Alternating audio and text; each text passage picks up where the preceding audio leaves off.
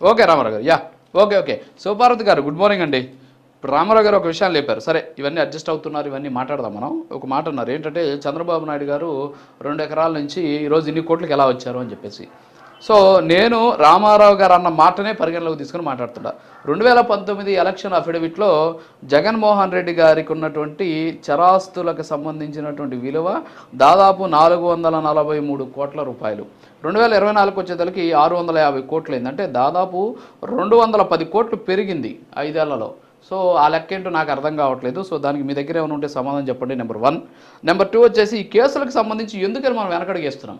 Party కార్యకర్తలేమో పాప త్యాగాలు చేసుకుంటూ ముందుకు పోతున్నారు, ఆస్తులు అమ్ముకున్నారు, అప్పులైపోతున్నారు, పదవులు లేవు, అధికారంలో ఉంటే కేసులు, అధికారం కోల్పోతే అప్పులు. ఇలాంటి పరిస్థితి ఉంది పాపం ఈరోజు పార్టీ క్యాడర్లో. ఏమంటారు శివపార్వతి గారు? ముందుగా రాజుగారు, మీకు ప్యానెల్లో ఉన్న పెద్దలకి, ప్రైమ్ నైన్ వీక్షకులకి గుడ్ మార్నింగ్ అండి. మీరు ఫస్ట్ అడిగిన క్వశ్చన్ ఏంటి? అఫిడవిట్లు, జగన్మోహన్ రెడ్డి గారి అఫిడవిట్లు 2019లో 440 కోట్లు, అది ఒకసారిగా 2024లో 650 కోట్లు. ఇది అధికారికంగా అనధికారికంగా ఇంకెంతుందో అసలు 600 ఎంత డెడ్ చీప్ గా చెప్పమాకండి మీరు. జగన్మోహన్ రెడ్డి గారి రేంజ్ కి ఇంత డెడ్ చీప్ గా చెప్తే ఎట్లా? ఆయన లక్షల కోట్లు వ్యవహారం. ఇది 650 జుజుబీలు చిన్నవి ఆయనకి. అసలు అంటే ఎట్లా అంటే ఫింగర్ టిప్స్ అన్నమాట, వాళ్ళ ఇంట్లో పని వాళ్ళకి ఇచ్చే జీతాల్లాగా. అలా ఆ టైప్ లో ఉంటాయి. అంత తక్కువ అఫిడవిట్ లో వాళ్ళు పొందుపరిచినా కూడా నిజాలేంటి, వాళ్ళకున్న ఆస్తులేంటి అన్నీ అర్థమైంది. ఇప్పుడు ఏమైంది, సరస్వతి భూములప్పుడు అదన్నారు 1200 ఎకరాలు అన్నారు, 20 ఎకరాలు వెనక్కి తీసుకుంటే, 20 ఎకరాలు కాదు, 1 సెంటు వెనక్కి తీసుకోవడమేగా. అంటే వాళ్ళు ఆక్రమించారు అనేది మేము రుజువు చేసాం కదా.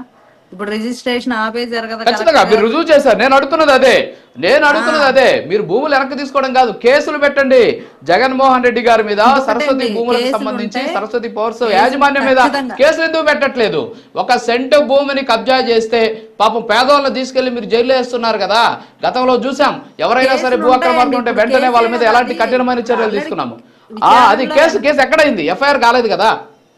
చెప్పండి. ఖచ్చితంగా అవుతుందండి, ఎఫ్ఐఆర్ అవుతుంది. దాని వెనక ఎవరు వ్యక్తులు ఉన్నారు, ఎవరు దీన్ని రిజిస్ట్రేషన్ ప్రాసెస్ చేశారు, ఇంకా విచారణ అవ్వలేదు. ఇప్పుడు ఇది స్టార్టింగ్. ఇప్పుడు 1200 ఎకరాలు వాళ్ళు ఎలాగ దాన్ని మెల్ట్ చేసి తీసుకున్నారు అనేది ఇంకా ఉంది. ఇంకా గవర్నమెంట్ భూమి ఉంది, అది పట్టా భూమి ఎట్టయింది, గవర్నమెంట్ భూమి పట్టా భూమి ఎట్టయింది, ఆ పట్టా భూమి సరస్వతి పవర్ హ్యాండ్ ఓవర్ లోకి ఎట్టొచ్చింది. ఇది జరగాలి కదా. ఇది అయిన తర్వాత అప్పుడు కేసులు ఫైల్ అవుతాయి. ఇంకా ప్రాథమికంగా ఉన్నదప్పుడే కేసులు అంటే ఎట్లా? ఇంకా చాలా విచారణ ఉంది. ఆ 24 ఎకరాలతో ఆగట్లా ఇక్కడ, ఇంకా లోతుకి డిగ్ చేస్తున్నారు. ఆధారాలు కూడా ఉన్నాయి అధికారులు. ఈ అటవీ భూములు ఎవరెవరైతే రాష్ట్ర వ్యాప్తంగా ఏ ఎమ్మెల్యే అయినా, ఎంపీలైనా, లేకపోతే లోకల్ లీడర్స్ అయినా ఎవరైతే ఆక్రమించారో వాటి మీద కూడా విచారణలు జరుగుతున్నాయి. అంటే లోపల ఎంక్వైరీలు జరుగుతున్నాయి. ఫస్ట్ ఆధారాల సేకరణ జరుగుతుంది. ఆధారాల సేకరణ అయిపోయిన తర్వాత కేసులు మాత్రం ఖచ్చితంగా ఉంటాయి. మేము ఫర్ షూర్ చెప్తాం. శివపార్వతి గారు, కేసులు పెట్టడానికి లేదు, వాళ్ళ మీద చర్యలు తీసుకోకపోవడానికి కారణం కింది స్థాయిలో ఉన్నటువంటి, అంటే ఎంపీ, ఎమ్మెల్యే, మంత్రుల స్థాయిలో ఉన్నటువంటి వాళ్ళు అడ్జస్ట్ అయిపోవడమే. ఒక డార్క్ పాలిటిక్స్ కి కొంతమంది మాత్రం, ఇందాక విజయ్ కిరణ్ గారు కూడా అంగీకరించారు, ఒక 10% వరకు ఇలాంటి సిచ్యువేషన్. ఎంత అడ్జస్ట్ అయినా మేము చూస్తున్నాం ఫర్ షూర్ అటవీ శాఖ భూములను ఎవరు కాజేసినా వదిలేది లేదు. ఇంకా ఏవైతే పవన్ కళ్యాణ్ గారి శాఖలు ఉన్నాయో వాటికి సంబంధించి ఏవైతే అక్రమాలు జరుగుతాయో, లేకపోతే జనసేన రిలేటెడ్ ఏవైతే ఈ సివిల్ సప్లైస్ కానీ వీటిలో కానీ ఏవైతే కేసులు అయితే పేరుని నానివ్వండి, ఏం వదిలే పనే లేదు, జరుగుతున్నాయి. సీజ్ ద షిప్ అన్నారని వీళ్ళు కామెడీ చేశారు. 1000 టన్నుల బియ్యాన్ని అన్లోడ్ చేశారు కదా, పట్టుకొని అన్లోడ్ చేపించామా లేదా? షిప్ ఇంటర్నేషనల్ షిప్ అయినా సీజ్ చేసాము, బ్లాక్ చేసాం, అందులో ఉన్న బియ్యాన్ని తీసాం, వాళ్ళు క్లీన్ చిట్ వచ్చాక షిప్ వెళ్ళిపోయింది. సో ఇప్పుడు ఇక్కడ ఎవరి మీద మాకు ఎలాంటి ఇది లేదండి, ఎవరిని క్షమించే విషయమే లేదు. ఇప్పుడు మాకు తెలిసి జనసేన చేసే మంత్రులు ఎవరైతే ఉన్నారో ఆయా శాఖల్లో జరిగిన అవినీతిని మాత్రం కూలంకషంగా ఆధారాలతో కూక్కట వేళ్లతో పకిలించే పనిలో మేము ఉన్నాం. అది మాత్రం ఫర్ షూర్. రాబోయే కేసుల్లో కూడా ఎక్కువ హియే ఉంటాయి. అటవీ భూముల ఆక్రమణ మాత్రం అసలు వదిలిపెట్టరు. 1 సెంటు భూమి ఆక్రమించిన ఏ లీడర్ని, ఎనీ పార్టీ, అసలు irrelevant of parties, A leader ని వదిలిపెట్టే ప్రసక్తి లేదు.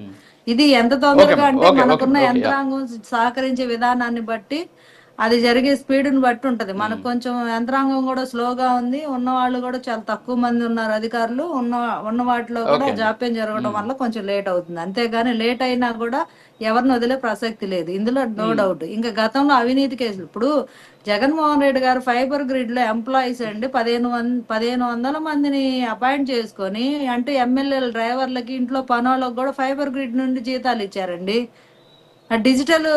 డిజిటల్ కార్పొరేషన్ నుంచి వైఎస్ఆర్సీపీ పార్టీ సోషల్ మీడియా వాళ్ళకి పేమెంట్లు చేశారు. ఇంత అడ్డగోలుగా దోచుకున్న వీళ్ళని కూడా వదిలేస్తారా? అట్టి పరిస్థితిలో వదిలేయరు.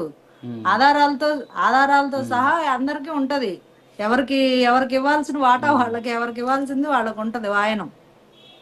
ఖచ్చితంగా దీన్ని కాంప్రమైజ్ అయ్యారు. ఏదో తాత్కాలికంగా ఒక 4-5 రోజులు వాళ్ళు ఒకవేళ 1 నెల 2 నెలలు ఆపుకోగలుగుతారేమో, లోకల్ వాళ్ళని వీళ్ళని చేసుకొని, లేదా పోలీస్ డిపార్ట్మెంట్ లో అధికారులని ఏదో కొంచెం తాత్కాలికంగా 1 నెల 2 నెలలు వాయిదా వేయించగలరు. శివపార్వతి గారు, ఇక్కడ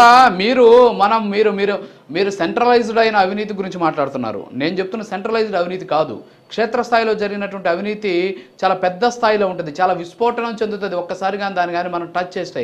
జగనన్న కాలనీల పేరుతోటి ఎంత స్థాయిలో అవినీతి జరిగిందనేది కూటమి ప్రభుత్వం అధికారంలోకి రాకముందు సాక్ష్యాలతో సహా ఒక నోట్లు కూడా విడుదల చేసినటువంటి పరిస్థితి. ఫర్ ఎగ్జాంపుల్ ఒక జిల్లాలో అయితే 30 లక్షలు కూడా విలువ చేయని భూమిని దాదాపు 1.5 కోటికి కొనుగోలు చేసి అడ్జస్ట్ అయినటువంటి పరిస్థితులు. వాటన్నిటి కూడా బయటికి తీస్తామని అక్కడ ఉన్నటువంటి ఎమ్మెల్యే ఎలక్షన్స్కి ముందు ప్రజలందరికీ కూడా చెప్పి అధికారంలోకి వచ్చాక, ఎమ్మెల్యే గెలిచాక వదిలేసినటువంటి పరిస్థితి. సో సెంట్రలైజ్డ్ ఐటమ్స్ మీద అందరికీ ఆలోచన ఉంటుంది, అవగాహన ఉంటుంది కాబట్టి వాటి నుంచి తప్పించుకునేటటువంటి అవకాశాలు లేవు. కాకపోతే మీరు అంగీకరించకపోయినా ఈరోజు రాష్ట్ర వ్యాప్తంగా డార్క్ పాలిటిక్స్ అయితే నడుస్తున్నాయి. అయితే మీకున్నటువంటి సమాచారం మేరకు అలా ఉండి ఉండొచ్చేమో, లేకపోతే మీరు పార్టీ ప్రతినిధిగా అలా మాట్లాడొచ్చాము. కానీ వాస్తవంగా మాట్లాడితే మాత్రం చాలా వరకు అక్రమాలు, అవినీతికి సంబంధించిన అంశాలు వెలుగులోకి రావడం లేదు. ఇది మాత్రం సత్యం. ఓకే, ఒక్కసారి మనం మస్తానరావు గారికి వెళ్దాం. మస్తానరావు గారు చెప్పండి, ఏంటి అసలు ఇప్పుడు